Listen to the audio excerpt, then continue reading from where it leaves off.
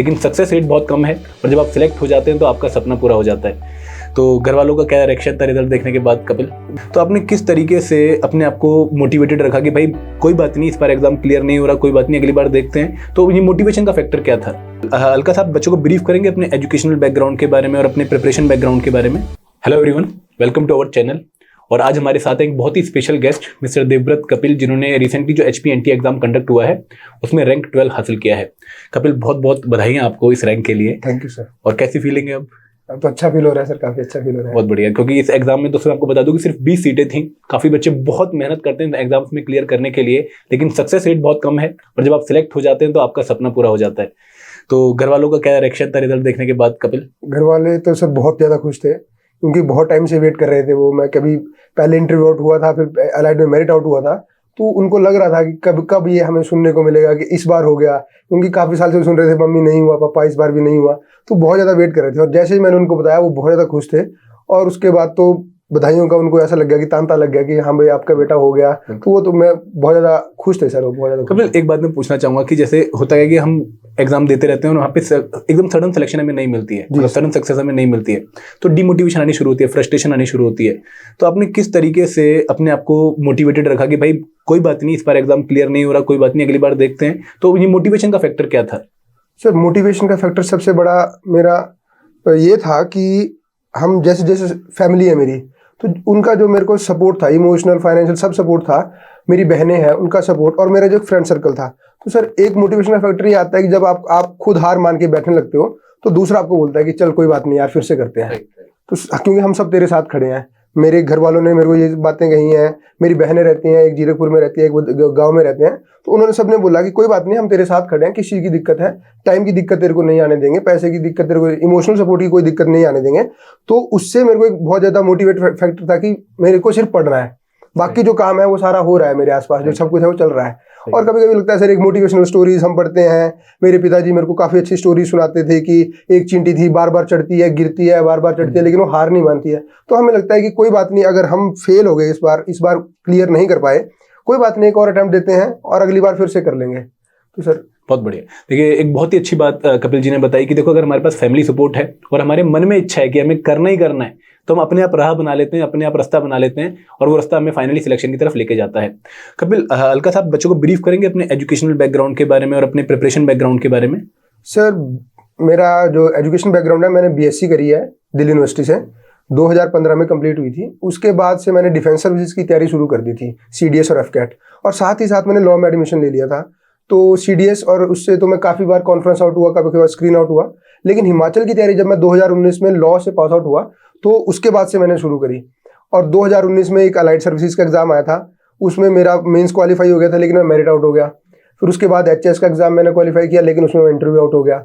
और इस बार जो मैं था, उस बार NT का भी मैं दिया था, HS और मेंस क्लियर नहीं हो पाया मेरा, लेकिन NT में मेरा सर ये इस बार क्लियर हो गया। बहुत बढ़िया। और कपिल, एक बात मैं पूछना चाहूंगा, जो हिमाचल में अब हमें कुछ एग्जाम्स में देखने को मिल रहा है कि एक एग्जाम की डेट आ जाती है, फिर वो पोस्टपोन हो जाती है। जैसे NT की डेट जो है 15 मई आई थी, फिर एग्जाम फिर पोस्टपोन हो गया।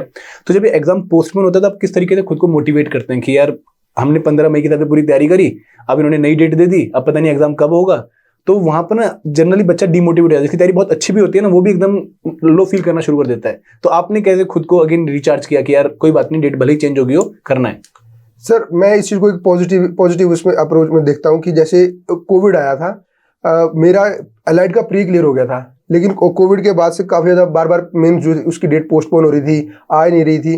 तो मैं उसको एक भगवान का तरह एक मानता हूँ, तोहफा मिल रहा है कि आपको थोड़ा और टाइम मिल गया अपने आप को प्रिपेयर करने के लिए, कि देख लो मेरी कमियाँ कहाँ पे रह गई हैं, जो आप 15 मई तक उन कमियों को पूरा नहीं कर सकते थे, लेकिन आपको 3 महीने और मिल गए।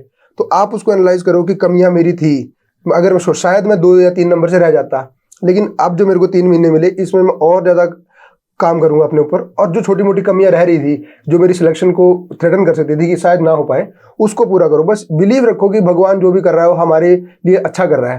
अगर पोस्टपोन किया तो ये हमारे लिए हुआ था कि हम और अच्छा कर लें। ये बहुत बढ़िया। देखो एक बहुत अच्छी बात अगेन कपिल जी ने कही कि अगर हम पॉजिटिव आउटलुक रखते हैं ना, ऑप्टिमिस्टिक हैं कि यार जो भी चीज हमारे आसपास हो रही है वो हमारे लिए हो रही है और इसका हम पॉजिटिव फायदा उठा सकते हैं, इसको हम अपनी वीकनेस को कम करने के लिए यूज कर सकते हैं। तो आप लोगों ने भी, अगर मान लो आपके साथ कोई ऐसा इंस्टेंस होता है जहां पर आपने एक पर्टिकुलर डेट के हिसाब से पूरी प्रिपरेशन करी है और आपको कुछ उसमें चेंज देखने को मिलता है, तो प्लीज अपने आप को दोबारा से पॉजिटिवली गाइड करिए कि यार ये शायद आपके लिए भला हो गया है और उसी में आप भला ढूंढ के फिर आगे तैयारी करिए। बहुत बढ़िया। कपिल जी एक क्वेश्चन आपसे और पूछूंगा कि जो ये एग्जाम है इसमें पहली बार एनटी का मेंस एग्जाम हो रहा था, क्योंकि एनटी का जीएस का जो पेपर है, जीके का जो पेपर है, वो हमेशा ऑब्जेक्टिव हुआ मेंस में, लेकिन पहली बार रिटर्न मेंस हो रहा था। तो आपने उसके लिए खुद को किस तरीके से तैयार किया? सर एक्चुअली हिमाचल के जो अब एग्जाम्स हो रहे हैं, एनटी का हो गया, एलाइड का हो गया और एचएस का हो गया, अब इनकी जो जीएस की जो अप्रोच है वो सबकी लगभग सिमिलर लेवल पे आ रही है। तो मैं एचएस की तैयारी कर रहा था। एचएस की तैयारी में जो मैंने मेंस की तैयारी करी थी उससे मेरे को इसमें काफी ज्यादा हेल्प मिल गई, क्योंकि हम एचएस का जब पेपर दे के आए थे उसके 10 दिन बाद ही एनटी का पेपर था मेंस का। तो काफी कोई हमें अलग टाइम प्रिपेयर करने का नहीं मिल रहा था, लेकिन उसी अप्रोच उसी तैयारी के साथ हम एनटी में बैठे। एनटी में बस फर्क इतना है सर कि इसमें लैंग्वेज भी मैटर करती है, लैंग्वेज हिंदी और इंग्लिश जी। तो उनकी प्रेपरेशन मैंने एलाइड के टाइम पे कर ली थी, वो मेरी काफी अच्छी तैयारी उस टाइम पे हो गई थी। तो मैं इस बार कोप अप कर गया कि 10 दिन में मैं जो एनटी की तैयारी की थी उसको थोड़ा शिफ्ट किया मैंने अपने अप्रोच को, और वो एनटी में काम कर गई सर। एक क्वेश्चन ना और मैं आपसे पूछना चाहूंगा, क्योंकि मैंने बहुत हिमाचल वाले बच्चों से बात करी है। एक कॉमन पॉइंट जो मुझे निकल के आता है कि बच्चों को ना ये क्लैरिटी नहीं होती कि हमें कौन से एग्जाम की तैयारी करनी चाहिए। जैसे अगर आप किसी बच्चे से पूछेगा, वो कहेगा मैं एचपी एलाइड की तैयारी कर रहा हूँ, कोई एचपी एनटी की तैयारी कर रहा है, कोई एचपी एएस की तैयारी कर रहा है, फिर कोई भी फॉर्म निकल के आ रहा है वो उसका फॉर्म भर रहा है। तो आपने कैसे खुद को प्लान किया कि भाई मैं ये एग्जाम प्रायोरिटी में प्रिपेयर करूंगा और बाकी ये मेरे प्लान बी प्लान सी हो सकते हैं? इस तरीके से आपने किस तरीके से प्लानिंग करी आपने? सर एक्चुअली कुछ मैक्सिमम का होता है कि वो ऊपर से तैयारी शुरू करते हैं, फिर निचले वाले टेस्ट भी निकाल देते हैं या उनको भी देते हैं। मेरा थोड़ा उल्टा था, मैं एक टाइम पे एक ही टेस्ट फोकस कर रहा था। उस टाइम पे 2019 में जैसे ही मैं पास आउट हुआ, एलाइड का एग्जाम अनाउंस हुआ, मैं पहले डिफेंस के एग्जाम दे रहा था, तो जीएस मेरी ठीक ठाक थी, मेरे को हिमाचल एक्स्ट्रा पढ़ना था। तो उसका ये हुआ कि मैं, और उस साल मैंने एचएस पे कोई फोकस नहीं किया, और भी एग्जाम टीडब्ल्यू का एग्जाम आया था उस पर मेरा कोई फोकस नहीं था, मैं एलाइड पे चलता रहा। फिर जब हुआ क्या कि एलाइड भी नहीं निकला, तो उसके बाद फिर मैं कहा यार अब कोई भी टेस्ट आ जाए उसको निकालने का एक ही तरीका है कि आप हाथी का पैर ही पकड़ लो। बिल्कुल, क्योंकि फिर एचएस अगर आपने कर लिया वो हर साल आ रहा है एक तो, और सबसे बड़ी बात है कि वो हर चीज को हिमाचल की कवर कर देगा। आपका हिमाचल का एस्पेक्ट, आपका जीएस का एस्पेक्ट, हिंदी इंग्लिश भी उसमें प्रिपेयर करनी पड़ती है। तो फिर अगर हम एचएस की तैयारी पकड़ लेते हैं तो फिर हिमाचल का कोई भी एडमिनिस्ट्रेशन का एग्जाम जो है वो फिर आप निकाल सकते हैं। उसके लिए आपको अलग से प्रिपेयर करने की कोई जरूरत उस लेवल की नहीं पड़ेगी। देखो अगेन ये क्लैरिटी आपके माइंड में होनी जरूरी है कि कौन सा ऐसा एग्जाम पकड़ लो जिसकी वजह से हमारे बाकी जो छोटे छोटे एग्जाम्स हैं वो आराम से निकल जाए। और आपने एचपीएनटी और एचपी एलाइड को अपना प्लान भी बना लिया, मतलब एचपीएस टारगेट। हाँ। तो अभी आगे एचपीएस एग्जाम देना है? जी सर, बिल्कुल देना है। बहुत बढ़िया। एक और अब हम जो बात करेंगे वो रिगार्डिंग सोर्सेज बात करेंगे कि इन्होंने कौन से सब्जेक्ट्स के लिए कौन से सोर्स फॉलो किए। तो आपका हिमाचल जीके, हम सबसे शुरुआत करेंगे क्योंकि सबसे बड़ा पेन पॉइंट ही हिमाचल जीके है। आपने हिमाचल जीके कहाँ से प्रिपेयर करी सर? सर हिमाचल जीके के लिए जब मैं लॉ में बैठा होता था तो एक लाइब्रेरी में मैंने रखा था कि मेरे पास ब्लोकरा थी, काफी बड़ी बुक है। तो मैंने रखा था कि इसके 10 दिन के नोट्स मैं बनाऊंगा, एक दिन बैठ के, चाहे सिर्फ 10 दिन करूंगा लेकिन मैं करूंगा इस काम को। तो वो मैंने नोट्स ब्लोकरा के प्रॉपर बनाए हुए थे अपने। और सर बाकी एक एडुटैब की काफ़ी ज़्यादा कंपाइलेशन हमें मिलती रहती थी, क्वेश्चंस की कंपाइलेशन मिलती रहती थी कि, और जब मैं अपने नोट्स पढ़ता था उसके बाद मैं आपकी कंपाइलेशन के जो क्वेश्चन आंसर थे उनको सॉल्व करता था। तो मेरे को लगता था कि हाँ भाई इतना जो हिमाचल का पोर्शन है वो मैं कर लूंगा। एचएस में सर इस बार 18-19 क्वेश्चन आए थे तो 16-17 ठीक थे। अलाइड में भी जब मेरा पेपर क्लियर हुआ था तो 60 में से 45 के आसपास ठीक थे। तो हिमाचल मेरे को एक सिक्योर कर देता है कि आपका पेपर निकल जाएगा। और बाकी फोर्सेज जो है इस हिमाचल के लिए स्पेसिफिकली सर मैंने ब्लोकरा के नोट्स, खुद के नोट्स फॉलो किए। पर कपिल, ब्लोकरा को लोग काफी बल्कि मानते हैं, कहते हैं कि यार 1700-1800 पेजों की बुक है, कैसे कंप्लीट करें, वो हिमाचल दर्पण की तरफ चले जाते हैं। तो आप मतलब उन बच्चों को क्या सलाह देना चाहोगे? सर सलाह मैं उनको ये देना चाहूँगा कि बल्कि बुक है, लेकिन अगर हम अपना प्रीवियस ईयर क्वेश्चंस उठा के देखते हैं तो उसमें से हमें जो रिक्वायर्ड मटेरियल है वो काफ़ी लिमिटेड मिलता है कि हम ये कर सकते हैं, उसमें से वो कर सकते हैं। और जो वहाँ पे मिलता है वो किसी और बुक में शायद थोड़ा थोड़ा मिलता है सब में, लेकिन उस बुक में बहुत ज़्यादा दिया हुआ है। तो हम उसमें से अपने अपने इंपॉर्टेंट पॉइंट्स चूज कर सकते हैं।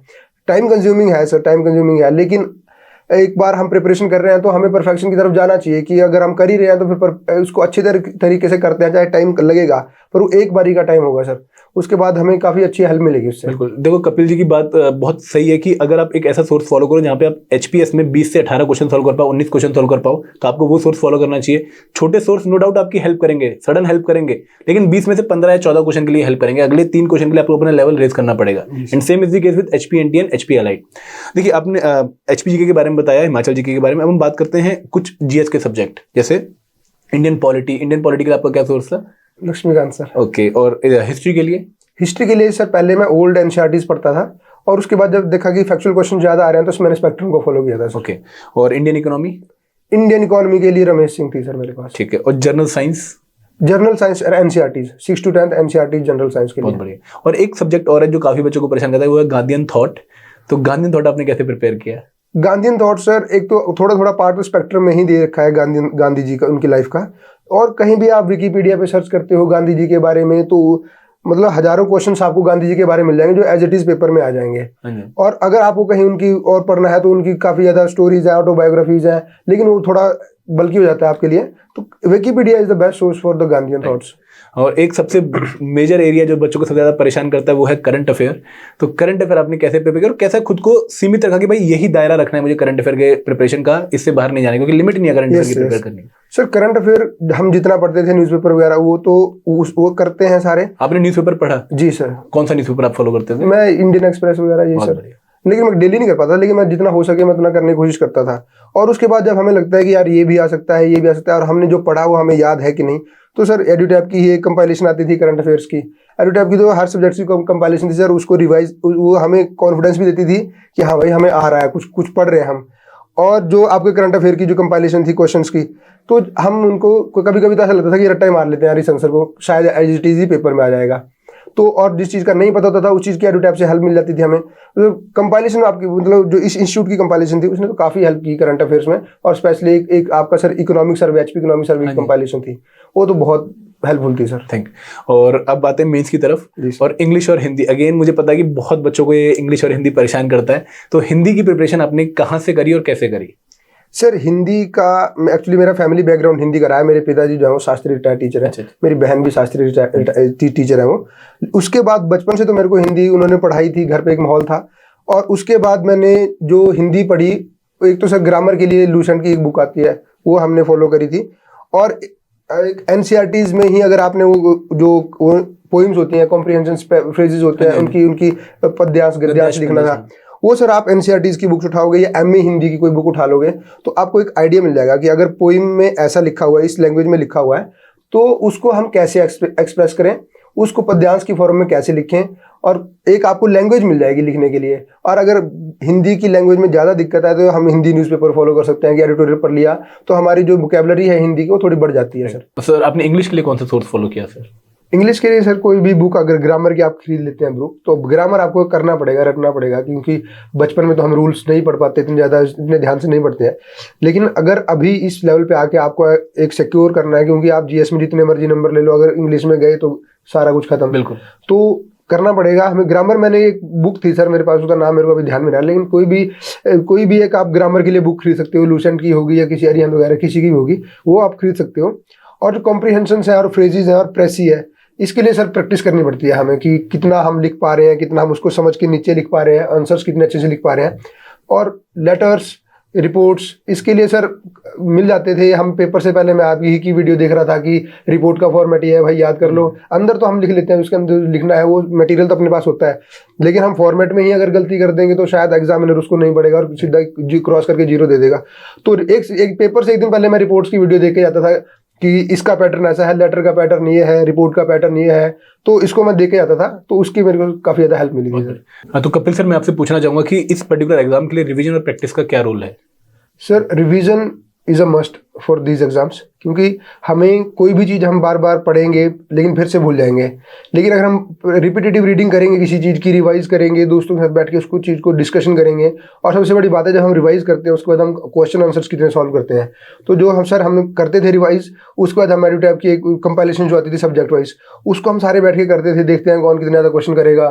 तो कोई बोलता था 10 के 10 भाई हो गए मेरे, कोई बोलता था रह गया कोई क्वेश्चन, क्योंकि सर आपके जो प्रीवियस ईयर जो कंपाइलेशन थी वो 2010 के आसपास से शुरू होकर अभी तक आ रही थी वो।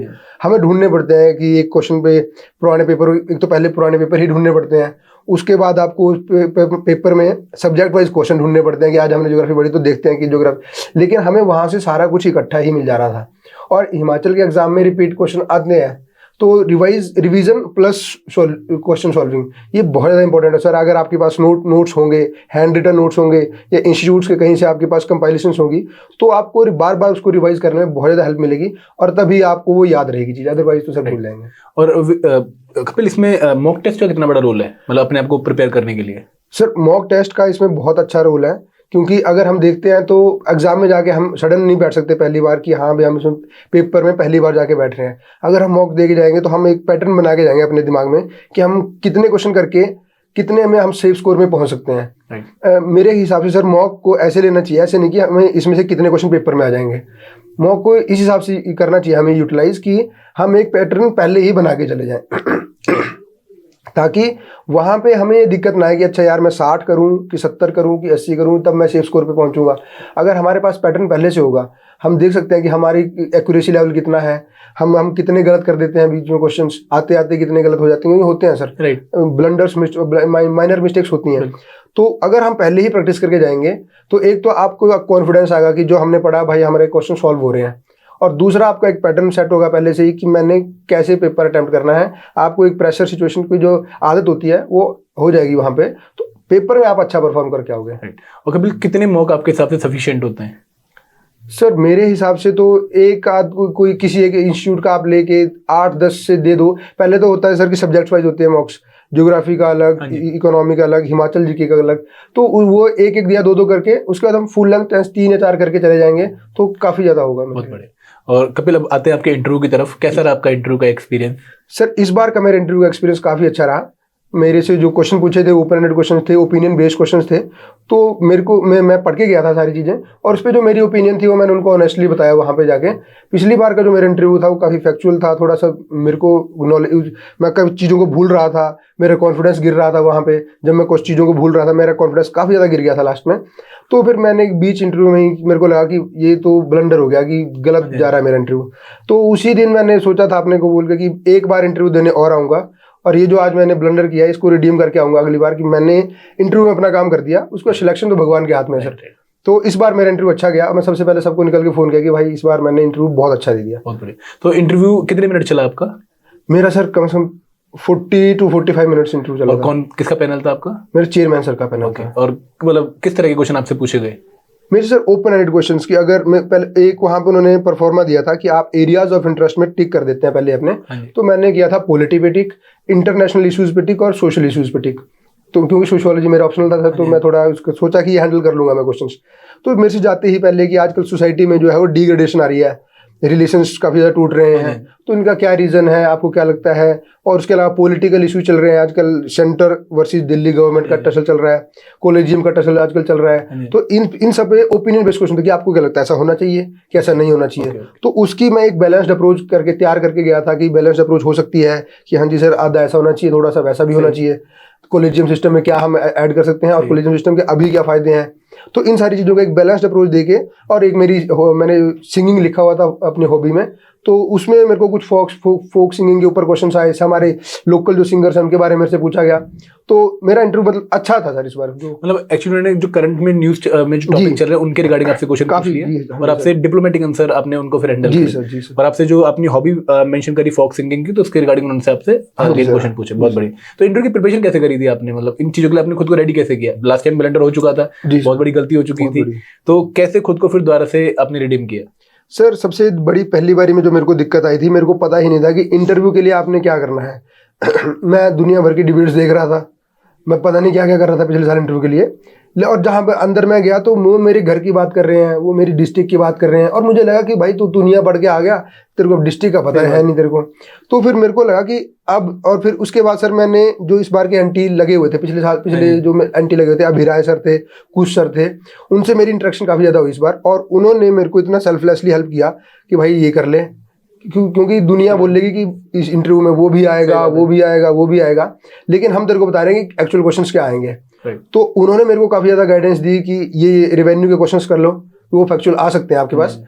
और ओपिनियन बेस्ड क्वेश्चन कर लो। एक सिचुएशनल बेस्ड क्वेश्चन आते हैं कि आप एनटी हो, आप एसडीएम हो, आपकी हमारे वहाँ नैना देवी में 2008 में स्टैम्पेड हुआ था, तो वो मेरे को सिचुएशन दी थी कि आपकी फेयर में ड्यूटी लगी है, स्टैम्पेड हो गया, कैसे हैंडल करते हो। तो आप जब इन चीज़ों का अपनी सिचुएशन में अपने आप को उन सिचुएशन में रख के देखते हो तो फिर अल्टीमेटली आप सोचने लगते हो कि हाँ क्या ऐसा कर सकता हूँ मैं, और आप डिस्कस करते हो कि अभी राय सर जैसे थे, मैं कुछ सर थे, उनसे मैं इंटरेक्शन करता था कि सर मैं ऐसा ऐसा करूँगा, तो बोलते थे हाँ ये तो ठीक बोल रहा है। और मगर और अगर वो कुछ एडिशन कर सकते थे कि पावर ये भी होती है एनटी की, तो उसमें तो और पर्सनैलिटी के लिए तो सर काम करना पड़ता है, क्योंकि इंटरव्यू ओवरनाइट पर्सनैलिटी नहीं बन पाती है। आपको कॉन्फिडेंट अपने अंदर लाना पड़ेगा कि मैं इंटरव्यू तक पहुंचा हूँ, मैंने मेहनत करी है और इस मेरे को खैरात में नहीं मिला हुआ। और जैसे ही आपके अंदर वो कॉन्फिडेंस आएगा, आप एकदम अपने आप को ऑफिसर फील करोगे, और फिर कॉन्फिडेंस अंदर आ गया, फिर तो आपको आप कुछ भी कर सकते हो। फिर देखो कपिल ने ना दो बहुत अच्छी बातें बोली। एक तो आपको अपनी personality development during the preparation करनी पड़ेगी, आपने मेहनत करिए तो कॉन्फिडेंस आपके अंदर होना चाहिए। और दूसरी बात कि हमेशा ना आउटर इन अप्रोच फॉलो नहीं करनी चाहिए कि पहले बाहर का कर लेते हैं, अपना अंदर वाला कोर छोड़ ही दिया। तो हमेशा इनर आउट जाना चाहिए कि पहले अपनी कोर प्रिपेयर कर लो, अपना मेन फोकस एरिया प्रिपेयर कर लो, उसका अगर टाइम बचता है तो फिर बाकी एरियाज को प्रिपेयर कर लो। बहुत बढ़िया कपिल। कपिल अब हम इंटरव्यू के एंड के पड़ाव पे पहुंच चुके हैं। मैं चाहता हूं कि आप एक बच्चों को एक मैसेज दो जो बच्चे तैयारी कर रहे हैं, बहुत मेहनत कर रहे हैं, कि किस तरीके से उनको आगे अप्रोच करना चाहिए था एग्जामिनेशन को या फिर हिमाचल के डिफरेंट एग्जाम्स को।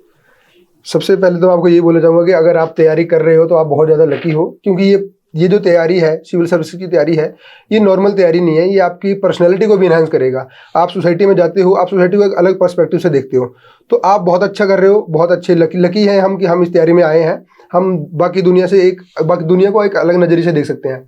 और सर दो टाइप के स्टूडेंट्स हैं अभी जो करंटली तैयारी कर रहे हैं। एक वो जो जिन्होंने अभी शुरू किया है, स्टार्ट किया है। तो अभी जो स्टूडेंट शुरू में आते हैं वो काफ़ी ज़्यादा एंथुसियास्टिक होते हैं, एक्साइटेड होते हैं कि हम पढ़ रहे हैं, नई चीज़ें पढ़ रहे हैं। तो मैं उनको बोल चाहूँगा कि आप इसी तरह एक्साइटेड रहिए, इस जर्नी को, प्रोसेस को एंजॉय करिए, और डिसिप्लिन रहना कि मैंने अगर 8 घंटे दिन में बैठना है लाइब्रेरी में या कहाँ पे स्टडी रूम में, तो बैठिए। डीमोटिवेटेड नहीं होना, आराम से इंजॉय करते हुए पढ़िए। एक सब्जेक्ट से बोर हो गए, दूसरा सब्जेक्ट पढ़ो, दूसरे से बोर हो गए, तीसरा पढ़ो, बीच में गैप्स लो। शाम को फैमिली के साथ बैठो या दोस्तों के साथ बैठो, डिस्कस करो, इधर उधर की बातें करो। पर्सनल लाइफ को भी उतना ही टाइम दो जितना आप दे रहे हो। और दूसरे जो स्टूडेंट्स हैं सर, जिनको काफ़ी टाइम हो गया, बिल्कुल, जो उस लाइन के आसपास घूम रहे हैं, हर साल प्रेशर में, काफ़ी प्रेशर में, क्योंकि सर एक फैक्टर के बाद एक सर्टेन टाइम के बाद एज फैक्टर काम करने लगता है। 26 क्रॉस होती है या 25 क्रॉस होती है, ऐसा लगता है कि भाई तो काउंट डाउन शुरू हो गया है अपना, कि 2, 3, 1 साल बचा, इतना बचा। तो उनके लिए मेरा स्पेशल मैसेज ये है कि यार आप सब कुछ ठीक कर रहे हो। आपकी जिस दिन सारी चीज़ें अलाइनमेंट में आ जाएंगी, आपका लक आपके फेवर में काम करेगा। आप मेहनत कर रहे हो, नो डाउट, इसीलिए आप उसी लाइन में घूम रहे हो। मेंस क्लियर हो जाएगा तो इंटरव्यू में रह जाएंगे, कभी प्री ही नहीं क्लियर हो रहा लेकिन कट ऑफ के आसपास रह गए, और जब सब कुछ क्लियर हो रहा है तब भी थोड़ा सा दिक्कत पड़ जा रही है बीच में। तो आप वेट करो अपने टाइम का, आप सब कुछ ठीक कर रहे हो, भगवान से प्रे करो कि जिस दिन मेरा सब कुछ ठीक हो जाएगा, जैसे आपका लक फैक्टर आपके काम कर गया, आपके माता पिता का, आपके गुरुजनों का आशीर्वाद आपको मिल गया, भाइयों की दुआ लग गई, और आपकी मेहनत तो आप कर ही रहे हो, तो जिस दिन वो सब कुछ एक लाइन में आ जाएगा ना, उस दिन सर लाइन के उस क्रॉस हो जाएंगे। क्योंकि मैंने पिछले 1 साल में मैंने ऐसा कुछ एक्स्ट्रा नहीं किया कि मैंने कुछ जो कमियां थी वो हमें मिली थी, ड्रास्टिक चेंज नहीं किया, नॉर्मल चेंज जो करते रहे। और जैसे ही सब कुछ अलाइनमेंट में आया तो हम लाइन के इस साइड आ गए। पिछले 4-5 साल से हम लाइन की दूसरी साइड से थे, तो फ्रस्ट्रेशन मैं समझ सकता हूँ, लेकिन हो जाएगा। देखो एक बहुत अच्छी बात बोली कि आपका काम है मेहनत करना, आप मेहनत करते रहो। जिस दिन आपका लक आपकी मेहनत के साथ आ गया, उस दिन आपकी सिलेक्शन पक्का है, कोई आपको रोक नहीं रहा। ठीक है जी सर। तो बहुत अच्छा लगा कपिल आपके साथ, बहुत अच्छी आपने बातें शेयर करी। एंड दोस्तों प्लीज मैं आप लोगों से यही बोलूंगा कि इंस्पिरेशन लीजिए कपिल जैसे जो सिलेक्टेड कैंडिडेट्स हैं, और अपनी मेहनत को एक नया रूप दीजिए, क्योंकि अगला साल शायद आपका हो सकता है। Thank you very much.